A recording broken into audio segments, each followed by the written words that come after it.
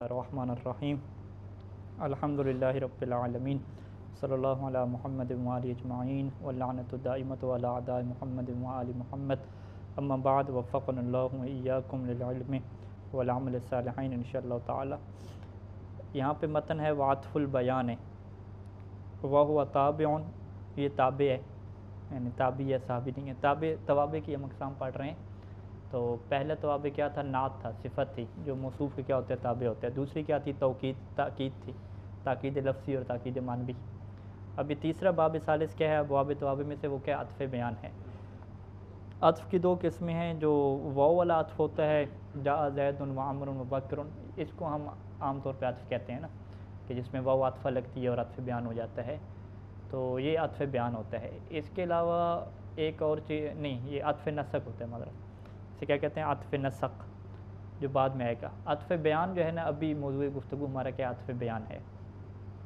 عطف بیان کے بارے میں یہ نحویوں کا نظریہ پایا جاتا ہے کہ یہ آگے ایک بدل کی بحث آئے گی، بدل الکل من الکل، بدل البعض من الکل، تو وہ کہتے ہیں یہ بدل ہی ہے، کوئی الگ چیز کیا ہے؟ نہیں ہے۔ بدل آپ کہہ دیں یا عطف بیان کہہ دیں، دو ایک چیزیں ہیں، ڈبل ٹرپل نہیں ہے۔ بہرحال آگے دیکھتے ہیں مصنف کی کیا اس میں رائے بنتی ہے۔ تو اس کی مثال یہ واضح ہے کہ جب ہم کہتے ہیں کہ جاء زید، زید کے بعد ہم اس کی کنیت لگاتے ہیں ابو عبداللہ، جاء زید ابو عبداللہ۔ اب ابو عبداللہ کو وہ صفت نہیں کہتے کہ یہ زید کی جی صفت بن گئی ابو عبداللہ، تاکید بھی اسے نہیں کہتے، ٹھیک ہے، بلکہ اسے کیا کہتے ہیں کہ یہ زید کی مزید کیا کر رہے ہیں؟ وضاحت کر رہے ہیں۔ یا زید فرض کریں 3-4 ہیں، تو یہ زید کو کیا کر رہے ہیں؟ تخصیص کر رہے ہیں کہ زید وہ آیا ہے کہ جو ابو عبداللہ ہے، جو ابو عمر ہے زید وہ کیا ہے؟ ہمارے پاس نہیں آیا۔ تو یہ جو کام ہوتا ہے نا، جس کا وضاحت کرنا یا اس کی مزید تخصیص کرنا، یہ کس کا کام ہوتا ہے؟ صفت کا بھی کام ہوتا ہے ایک طرح سے، اور یہی کام عطف بیان کا بھی ہوتا ہے۔ لیکن فرق کیا ہے کہ صفت میں وہ استعمال ہوتی ہے، وہ اس میں فاعل اور مفعول استعمال ہوتے ہیں، یا صفت مشبہ کا بھی استعمال ہوتا ہے، عالم فاضل وغیرہ۔ یہ جو ابو ہے یہ تو جامد ہے، یہ جو ہے وہ صفت کے طور پہ استعمال نہیں ہوتا۔ اسی طریقے سے آپ حاضہ استعمال کرنے کے جاء زید حاضہ، جب آپ حاضہ کہتے ہیں تو حاضہ کیا اس کی صفت بن رہا ہے؟ کیا بن رہا ہے؟ جاء فعل، زید اس کا فاعل، تو حاضہ کیا بنا؟ ٹھیک ہے، تو حاضہ وہ اس کی وضاحت تو کی ہے اس نے زید کی کہ یہ والا زید آیا ہے، تو یہ حاضہ کو وہ نحوی کیا کہتے ہیں؟ بدل کہتے ہیں، جی زید کے بدل آ گیا۔ یا اس کا نام کیا رکھا ہوا ہے؟ عطف بیان رکھا ہوا ہے، کہ یہ آپ نے عطف کیا ہے بغیر حرف عطف کے، جو پہلے والی جو زید ہے اس کو مزید وہ بیان کر رہا ہے، اس کو واضح کر رہا ہے، اس کو کلیئر کیا کر رہا ہے۔ تو لہٰذا اس میں کیا ہے؟ نعت صفت سے اور اس کا یہ ڈیفرنٹ رہتا ہے کہ صفت کیا ہوتی ہے؟ مشتق ہوتی ہے، اس میں مشتق، لیکن جو عطف بیان ہے وہ مشتق نہیں ہوتا، وہ کیا ہوتا ہے؟ جامد ہوتا ہے۔ اور تاکید کے ساتھ اس کا فرق واضح ہے کہ تاکید جو آتی ہے وہ تو اس کی کیا تعریف تھی تاکید کی؟ جو احتمال خلاف پایا جاتا ہے اس کو کیا ختم کرنے کے لیے آتی ہے نا، کہ آپ کہتے ہیں احتمال خلاف پایا جاتا ہے اس کو ختم کرنے کے لیے آتی ہے، تو یہاں پہ یہ احتمال خلاف کو ختم کرنے کے لیے آتی ہے یا نہیں آتی؟ اگر آپ اس کو وضاحت اور اس کے طور پہ لے رہے ہیں تو تقریباً تاکید والا بھی تھوڑا سا معنی اس کے اندر بنتا ہے، ایک طرح سے احتمال خلاف کو ختم کرنے کے آتی ہے، لیکن وہ احتمال خلاف بڑا کیا ہے؟ ضعیف ہوتا ہے۔ اب مصنف نے یہاں پہ کہا ہے کہ یہ تاکید سے بھی کیا ہے؟ ہٹ کے ہے۔ اس کی کیا وضاحت کی، کیسے کی، اس کو آپ دیکھتے ہیں مزید۔ سب سے پہلے عطف البیان جو متن میں تعریف ہے وہ تابع، کہ یہ تابع ہوتا ہے، ٹھیک ہے جی، تابع تو ہر صفت بھی تابع ہے، تاکید بھی تابع ہے، یہ تو ایک عمومی چیز ہوگی نا۔ مزید اس کی کیا ہے؟ آگے لگا رہے ہیں کہ ایسا تابع ہوتا ہے کہ جو موضح ہوتا ہے یا مخصص ہوتا ہے، وضح یوضح توضیحا، خصص یخصص تخصیصا، کہ یا وضاحت کرنے والا ہوتا ہے کس کی؟ اپنے مطبوع کی، جو پہلے اس میں ہے کہ اس کی وضاحت کرنے والا ہوگا، یا کیا ہوگا؟ مخصص ہوگا، یعنی اس کا دائرہ عام ہوگا تو اس کی کیا کرنے والا ہوگا؟ تخصیص کرنے والا ہوگا۔ یہ اس کے اندر جو ہے وہ یہ ایک صفت ہوگی، یعنی یہ عطف بیان کے ایک یہ حصہ جو ہے بڑا لازم ہے۔ جامد، اور آگے کیا ہوگا؟ جامد بھی ہوگا، یعنی جب موضح اور مخصص کہا تو اس کے اندر کیا آ گیا؟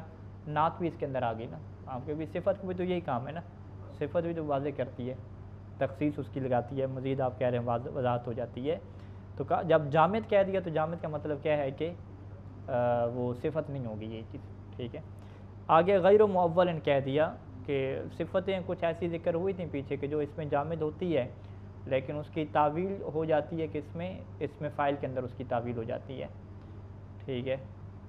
مثلا وہ حاضہ کی بھی تعویل بعض کا لوگ کرتے ہیں، جا زید حاضہ یعنی حاضہ کہ موجود، ٹھیک ہے، یا آپ کہہ دیں کہ مستقر، مثلا اس طریقے سے کوئی اس کی تعویل کرتے ہیں صفت کی، یعنی اسے کیا کہتے ہیں کہ اس میں جامد ہو، لیکن جامد کون سا ہو؟ غیر مؤول بے اسم المشتق، یوں کہتے ہیں کہ جامد ہو لیکن اس جامد کا جو معنی ہے نا وہ پھر مشتق والا آپ نہ بنا سکتے ہو، جامد کا جو معنی ہے وہ جامد والی بنتا ہو، اس کا جو معنی ہے وہ اسم فاعل والا یا صفت مشبہ والا نہ بن سکتا ہو۔ اور اگر جامد ایسا ہوا کہ جس کا معنی جو ہے وہ صفت والا بن سکتا ہے تو پھر بھی اسے کیا ہے ہم تابع شمار، یہ کیا نام ہے، عطف بیان شمار نہیں کریں گے، بلکہ وہی صفت ہی اسے کیا ہے شمار کریں گے، کیونکہ اس کا معنی کیا ہے ممکن ہے صفت والا۔ صفت کیا ہوتی ہے؟ اس میں مشتق ہوتی ہے یا ایسا اس میں جامد ہوتی ہے کہ جو مشتق کی تعویل میں جا سکتا ہے، جس کے معنی کیا ہے مشتق والا آپ نکال سکتے ہیں۔ تو اب یہاں پہ عطف بیان میں ہمیں ایک ایسا جامد چاہیے کہ جس کی تعویل کیا نہ ہو سکے مشتق میں، یہ چیز کیا ہمیں چاہیے۔ اچھا، یہ چیزیں کچھ واضح ہو گئیں، اب اس کی شرح میں آتے ہیں تو مزید وضاحت ہے کہ ھذا الباب الثالث من ابواب التوابع والعطف فی لغت، لغت میں تو عطف کا ایک الگ مطلب ہے اور نحو میں الگ مطلب ہے۔ لغت ڈکشنری میں اگر عطف کا مطلب دیکھتے ہیں تو الرجوع الی الشیء بعد الانصراف عنہ، کسی چیز کی طرف واپس پلٹنا بعد الانصراف عنہ، اس سے ہٹنے کے بعد، پہلے آپ تھے پھر دوبارہ کیا ہے اس کی طرف پلٹے، تو اس رجوع کو کیا کہیں گے؟ عطف کہیں گے، یہ لغوی معنی ہے۔ وفی الاصطلاح، نحوی اصطلاح میں اس عطف کی دو قسمیں ہوتی ہیں، عطف و نسق، اس کی تعریف بعد میں آئے گی، عطف و بیان والکلام الان فیہ، عطف بیان میں کیا گفتگو ہوگی۔ وقول عطف بیان کی تعریف میں اوپر بیان کیا تھا مصنف نے کہ تابع موضح یا مخصص یا جامد غیر مؤول ہوتا ہے، وہ جو بیان کیا تھا، کہتے جب میں نے تابع کہا تو یہ جنس ہے، ایک کلی چیز ہے، یشمل التوابع الخمسہ کے جو 5 توابع کو کیا ہے شامل ہوتی ہے، ابھی ہم تیسرا پڑھ رہے ہیں، آگے بھی 2 آئیں گے۔ وقول موضح او مخصص، جب میں نے موضح یا مخصص کہا تو مخرج للتأکید، تو اس سے تاکید کیا ہو جاتی ہے؟ خارج ہو جاتی ہے، جیسے جاء زید نفسہ، تو نفسہ کیا ہے؟ موضح یا مخصص نہیں ہے، پھر کہتے ہیں یہ نفسہ جو ہے نا یہ زید کے لیے موضح یا مخصص نہیں ہے، زید باقی ہے، یعنی زید کا معنی ہمیں پتہ ہے، لیکن احتمال کیا ہے کہ ممکن ہے زید نہ آیا ہو، اس کی کیا آئی ہو؟ خبر آئی ہو، پیچھے ہم نے بیان کیا تھا نا کہ ہاں وہ اخبار پڑھ رہے تھے یا ٹی وی دیکھ رہے تھے تو زید کی خبر چل گئی، تو اس نے کہا لو جی زید بھی آ گیا، ٹھیک ہے جی، اب زید آ گیا تو اس کی مراد کیا ہے زید آنے سے؟ کہ اس کا ذکر آ گیا یا اس کی تصویر آ گئی یا اس کی ویڈیو آ گئی، ٹھیک ہے، یہ اس کی مراد تھی۔ اس کو ختم کرنے کے لیے انہوں نے کیا کہا کہ نفسہ، جاء زید نفسہ، تو اب نفسہ کو آپ کیا کہیں گے؟ موضح یا مخصص نہیں کہتے، بلکہ اس سے کہتے ہیں کہ جو احتمال خلاف ایک آ رہا تھا کہ زید نہیں آیا ہوگا، اس کی تصویر یا اس کی ویڈیو آئی ہے یا اس کی خبر آئی ہے، تو اس کو یہ کیا ختم کرنے کی لیے ہے۔ تو اگر تو وہ زید کی وضاحت کرتا کہ زید کس کا بیٹا ہے، ابو عبداللہ ساتھ لگا دیتا، ابن فلان کہہ دیتا یا عالم فاضل وغیرہ کہہ دیتا، تو اسے آپ کیا کہتے ہیں؟ وضاحت کہتے ہیں۔ تو تاکید کا کام وضاحت کرنا نہیں ہوتا، تاکید کا کام ہوتا ہے کہ اس اسم سے ہٹ کے جو ایک دوسرا احتمال پیدا ہوتا ہے اس کو کیا کرنا ہوتا ہے؟ ختم کرنا ہوتا ہے، ٹھیک ہے۔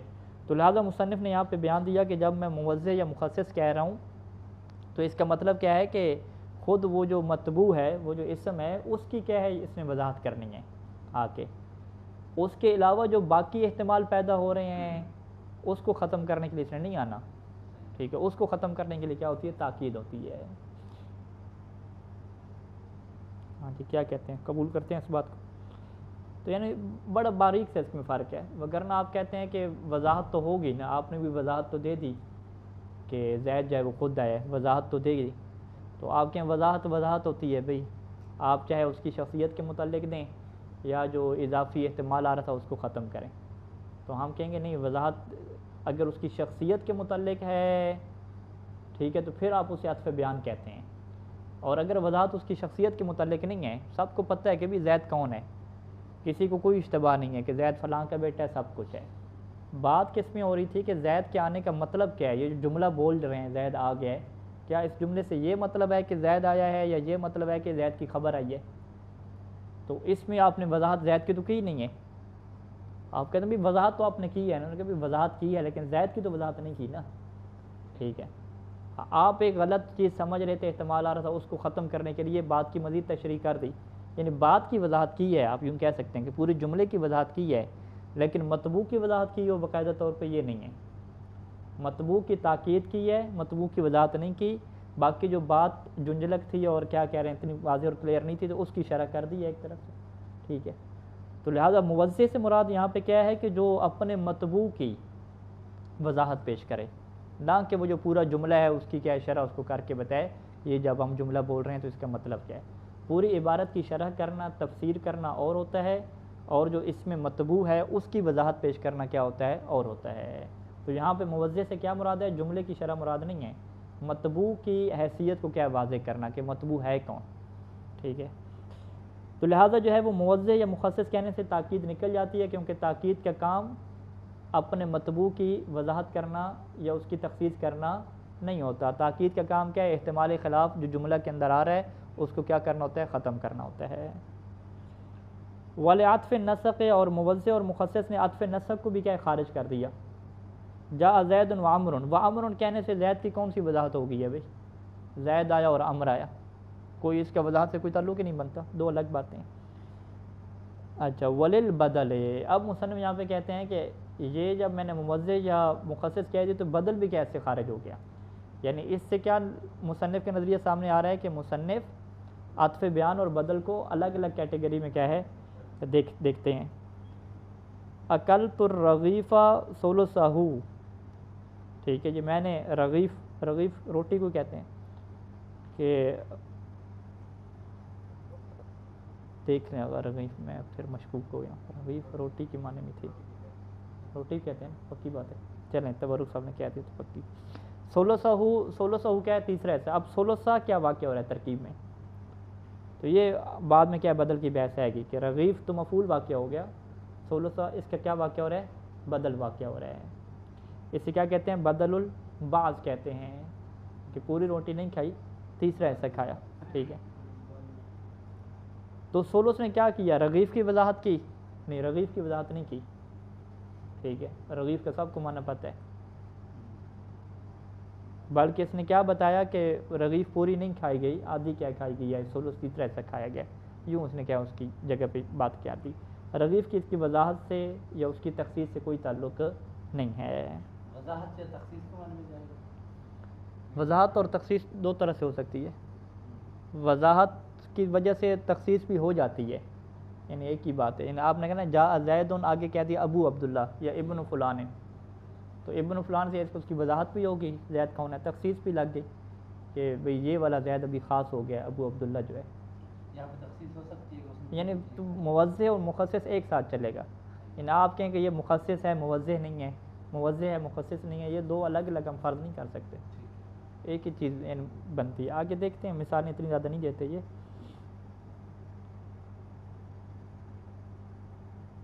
اچھا، تو لہٰذا موضح اور مخصص کی قید لگانے سے کتنی چیزوں کو خارج کیا؟ پہلی چیز تاکید کو، دوسرا عطف نسق کو، اور تیسرا کیا ہے؟ بدل کو کیا ہے خارج کیا. واضح. اچھا، آگے قید لگائی مصنف نے کہ جامد ہو. جامد کی قید لگا سے کس کو خارج کیا؟ مخرج للنعت، نعت کو کیا خارج کیا. اچھا، یہ نعت موضح کے لفظ سے خارج نہیں ہو رہی تھی، موضح یا مخصص لفظ سے. اس کی وجہ کیا ہے کہ فَإِنَّهُ وَإِنْ كَانَ مُوَضِّحًا، یہ نعت کیا ہے؟ موضح بن رہی ہے، اگرچہ موضح بن رہی ہے. کون سی مثال میں؟ جاء زید التاجر، یہاں پہ کیا ہے؟ موضح بن رہی ہے. ہاں، یہاں پہ موضح اور مخصص کی الگ الگ مثال دے رہے ہیں. زید کی تاجر نے آ کے تخصیص نہیں کی، کیونکہ زید خود معرفہ ہے، معرفہ کی تخصیص تو نہیں ہوتی. تاجر نے آ کے کیا کی ہے؟ زید کی وضاحت کی ہے. وَمُخَصِّصًا، نعت مخصص بنتی ہے کہاں پہ؟ جاءنی رجل تاجر، یہاں پہ ہم یہ نہیں کہیں گے کہ رجل کی اس نے وضاحت کی ہے، بلکہ رجل کی اس نے کیا کی ہے؟ تخصیص کی ہے. یہ ان کے کہنے کا مطلب ہے. وگرنہ ہاں لغوی معنی میں دیکھیں تو آپ کہیں بھی رجل کی وضاحت تو ہو گئی ہے نا، تو ہاں، تو لہٰذا ہم کیا کہیں گے کہ ان کی جو مخصص اصطلاح ہے نا وہ استعمال ہوتی ہے نکرہ کے لیے، کہ جب آپ نکرہ کا عطف بیان لے کر آئیں گے یا نکرہ کی صفت لے کر آئیں گے تو اس سے وہ لفظ کیا بولتے ہیں؟ نحوی مخصص بولتے ہیں. ہوتی وہ بھی وضاحت ہے نکرہ کی، لیکن اس سے ایک لفظ جو بولا جاتا ہے مخصص کیا ہے. اور اگر وہ معرفہ کے لیے آپ لے کر آ رہے ہیں عطف بیان یا صفت، اسے پھر کیا کہتے ہیں؟ موضح کہتے ہیں۔ تو تاجر ان کو آپ عطف بیان نہیں کہیں گے، التاجر کو عطف بیان نہیں کہیں گے، کیوں؟ لاکنہ مشتق، کیونکہ یہ کیا ہے؟ مشتق ہے، واضح۔ اور ہم نے کیا کہا ہے کہ عطف بیان کیا ہوتا ہے؟ جامد ہوتا ہے۔ وقول غیر معول، ہم نے کہا کہ جامد بھی ہونا چاہیے، اور جامد بھی کون سا؟ کہ غیر معول، کہ جس کی تعویل بھی نہ ہو سکتی ہو، کہ آپ کہیں گے بھی اس جامد کو ہٹا کے ہم کوئی صفت رکھ لیتے ہیں، اس میں مشتق رکھ لیتے ہیں اس کی جگہ پہ، وہ بھی سیٹ نہ بیٹھتا ہو۔ مخرجن، یہ خارج کرنے والی ہے، لما واقع من النعوت جامدن، ان چیزوں کو خارج کرنے والی ہے کہ جو صفتیں واقع ہوتی ہیں بطور جامد کے، یعنی بہت ساری صفات ایسی بیان کی تھیں کہ جو ہوتی جامد ہیں لیکن تعویل ان کی کیا ہے؟ مشتق میں ہو جاتی ہے۔ مررت بزید ھذا، یہاں پہ کہتے ہیں کہ مررت بزید میں زید کیا ہے؟ موصوف، ھذا کو کیا بناتے ہیں؟ صفت بناتے ہیں۔ ھذا حالانکہ جامد ہے، تو آپ کیا کہتے ہیں بھی؟ ھذا کی تعویل ہے۔ ھذا کیا مطلب؟ یعنی یہ زید جس کی طرف میں ابھی کیا کر رہا ہوں؟ اشارہ کر رہا ہوں، تو اشارہ جس کی طرف کیا جائے اسے المشار الیہ کہتے ہیں نا، تو مشار خود کیا ہے؟ اس میں مشتق ہے، اس میں مفعول ہو گیا نا، یعنی مررت بزید ھذا، ھذا کیا مطلب؟ یعنی ما اشرت الیہ، یعنی المشار الیہ۔ ہاں، تو آپ کہیں کہ ھذا کو ہٹا کے ہم کیا رکھتے ہیں؟ المشار الیہ رکھتے ہیں، تو ھذا اسی کی تعویل میں، وہی تو آپ کہنا چاہ رہے ہیں، ٹھیک ہے۔ تو لہٰذا یہ ھذا کیا صفت بن رہا ہے، اگرچہ جامد ہے لیکن تعویل میں معنی کے اعتبار سے کس میں کنورٹ ہو رہا ہے؟ اس میں مفعول میں۔ یا مررت بقاعن، قاعن ارفجن، یہ با کیا ہے؟ وہ جارہ ہے، لفظ کیا ہے؟ قا ہے۔ قاعن کہتے ہیں وہ دو پہاڑوں کے درمیان جو رستہ ہوتا ہے، میدان سا بنا ہوا دو پہاڑوں کے درمیان، دو پہاڑوں کے درمیانی رسیوں کو کیا کہتے ہیں؟ قاعن کہتے ہیں۔ میں قا سے گزرا، قا میں جو ارفج تھی نا، ارفج کانٹوں والی جڑی بوٹی ہوتی ہے، کہ ایسے قا سے گزرا کہ جو ارفج تھی، ارفج یعنی اس کے اندر ایسی جڑی بوٹیاں تھیں کہ جو کیا تھیں؟ وہ خشن لفظ استعمال ہوتا ہے، جو چبھنے والی چیزیں تھیں، ٹھیک ہے۔ تو اب یہ ارفج کیا ہے؟ جڑی بوٹی ہے، اس میں جامد ہے، لیکن یہاں پہ کہتے ہیں یہ تعویل میں ہو جائے گا، کس کے؟ خشن، ان کی تعویل میں ہو جائے گا، کہ میں ایسے میدان سے گزرا کہ جو میدان کیا تھا؟ خشن تھا، بڑا کانٹوں والی کیا جگہ تھی اس کے اندر۔ فَإِنَّهُ فِي تَعْوِيلِ الْمُشْتَقِ أَلَّا تَرَى أَنَّ الْمَعْنَى مَرَرْتُ بِزَيْدٍ الْمُشَارِ إِلَيْهِ، وہاں پہ ھذا کی تعویل مشار الیہ سے ہوگی، اور بقاعن ارفج کی تعویل کس سے ہوگی؟ خاشن، ان سے کیا ہو گئی؟ فَيُوَافِقُ مَطْبُوعَهُ، پس یہ جو عطف بیان ہے یہ اپنے مطبوع کے موافق ہوگا۔ اعنی بہذا، میری اس سے کیا مراد ہے کہ ان عطف البیان لکونہ مفیدا فائدۃ النعت، کیونکہ یہ نعت والا فائدہ دیتا ہے، من ایضاح مطبوع و تخصیصی، کہ یہ بھی کیا کرتا ہے؟ اپنے مطبوع کی وضاحت کرتا ہے اور تخصیص کرتا ہے۔ فرق کیا ہوتا ہے کہ نعت کیا ہوتی ہے؟ یا مشتق ہوتی ہے، اس میں مشتق، یا کیا ہوتی ہے؟ معول بالمشتق ہوتی ہے، لیکن عطف بیان کیا ہوتا ہے؟ جامد ہوتا ہے۔ تو میری اس سے مراد یہ ہے کہ ان عطف البیان یلزمہ من موافقت المطبوع، کہ اس کے لیے لازم ہے، یلزمہ بھی پڑھ سکتے ہیں، عطف بیان کے لیے لازم ہے کہ من موافقت المطبوع، کہ یہ اپنے مطبوع کے تابع ہو۔ اپنے مطبوع کے کن چیزوں میں تابع ہو؟ ہر اس چیز میں تابع ہو کہ جس میں ہم نے کہا تھا کہ موصوف اور صفت کا تابع ہونا کیا ہوتا ہے؟ ضروری ہوتا ہے۔ موصوف صفت کا تابع ہونا اور عطف بیان کا تابع ہونا اور ان کی شرائط کا ایک جیسا ہونا، یہ کیوں ہے؟ وجہ وہی معنی کے اعتبار سے، کیونکہ وہ بھی موضح اور مخصص ہے نعت، تو اور یہ بھی کیا ہے؟ موضح اور مخصص ہے۔ اب وہ کون سی چیزیں ہیں؟ تنکیر یعنی نکرہ میں کیا ہے؟ ایک جیسی ہوں، تذکیر میں کیا ہے؟ ایک جیسی ہوں، مذکر میں، اور افراد میں کیا ہے؟ ایک جیسی ہوں، اگر وہ مفرد ہے، اور فروع ہونا، اور اس کی جو فروعات بیان کی تھیں، ان کی فروع کون سی تھیں؟ ماجن پھر نعتیں۔ نکرہ کی فرق کیا تھی؟ معرفت تھی، ٹھیک ہے، مذکر کی کیا تھی؟ مؤنث تھی، مفرد کی کیا تھی؟ تثنیہ اور جمع تھی، تو اس میں کیا ہوگا؟ تابع ہوگا۔ وصلی اللہ علی محمد و آلہ اجمعین۔